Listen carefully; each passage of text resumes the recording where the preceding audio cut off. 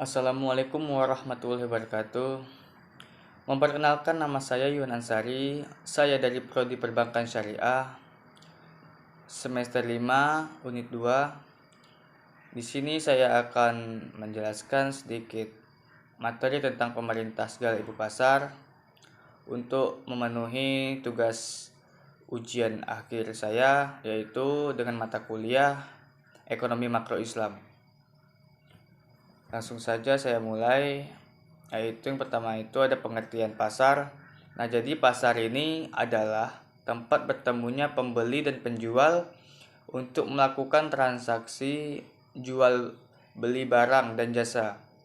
Adapun definisi pasar adalah sebagai mekanisme atau bukan hanya sekedar tempat yang dapat menata kepentingan pihak pembeli terhadap kepentingan pihak penjual. Selanjutnya, pasar komoditas ini adalah interaksi antara para pembeli dan para penjual dari suatu komoditas dalam menentukan jumlah dan harga barang atau jasa yang diperjualbelikan. Selanjutnya, ada kegagalan pasar dan perlunya peran dari pemerintah. Selanjutnya ada pengertian kegagalan pasar secara sederhana, yaitu identik dengan kegagalan pasar dalam mencapai efisiensi alokasi sumber daya pada masyarakat.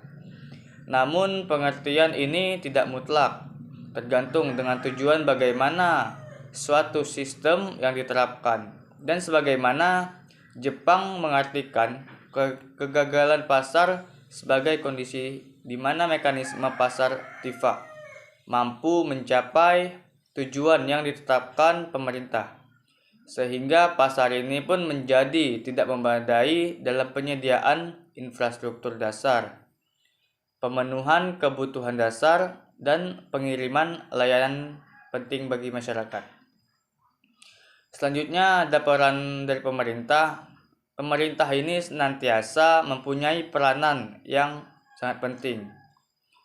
Adam Smith mengemukakan teori bahwa pemerintah ini mempunyai 3 fungsi. Yang pertama itu fungsi pemerintah untuk memelihara keamanan dalam negeri dan pertahanan. Dan yang kedua itu fungsi pemerintah untuk menyelenggarakan peradilan.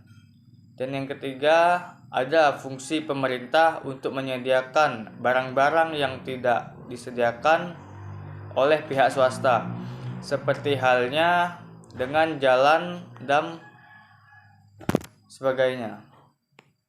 Dan selanjutnya ada beberapa contoh peran pemerintah yang berkaitan dengan implementasi moralitas Islam adalah sebagai berikut.